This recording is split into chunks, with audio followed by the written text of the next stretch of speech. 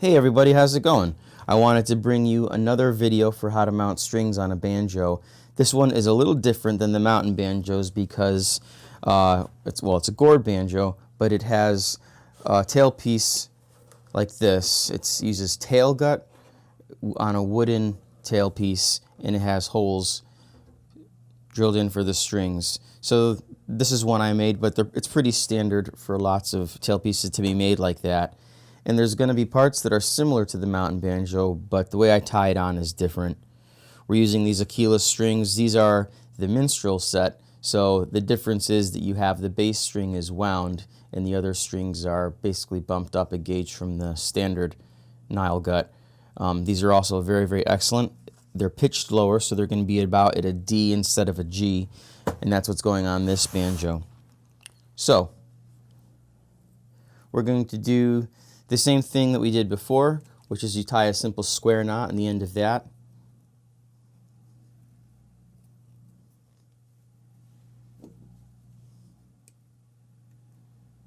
And like I said before, pull it tight. And as long as you're pulling down the whole length of the string, you can get a pretty decent tug. Nothing crazy, but that's going to help break the string in a little bit. Snip that off.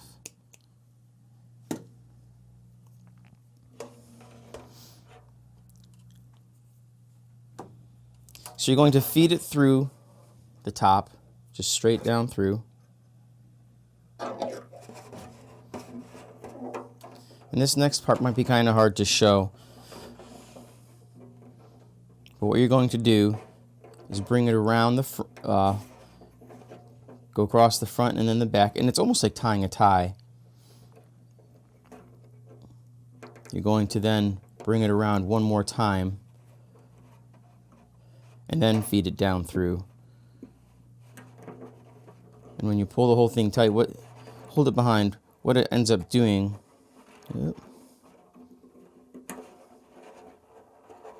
is giving it a nice, neat look.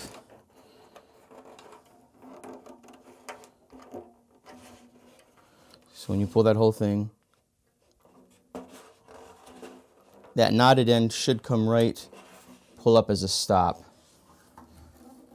And so what you have is just sort of a nice little bit of a neater look to it. It doesn't just look like a string flailing out. Cinch that tight.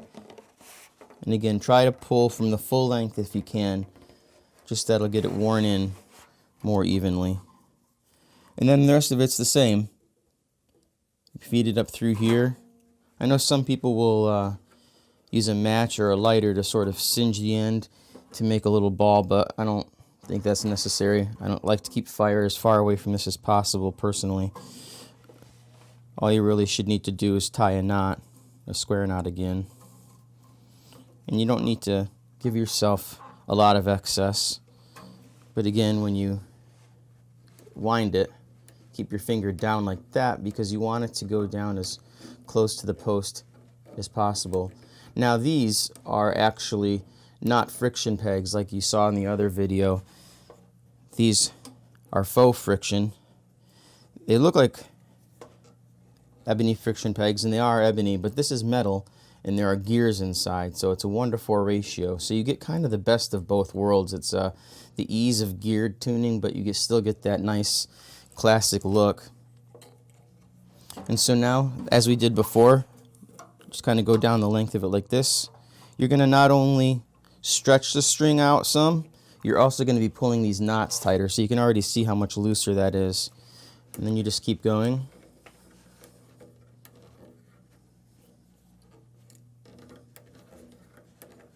A little bit at a time, a half turn at a time.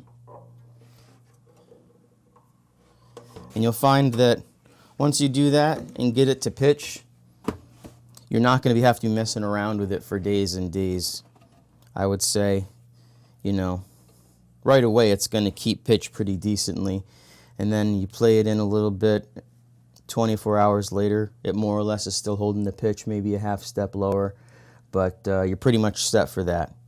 All right, that's all there is to that. Take care, you guys.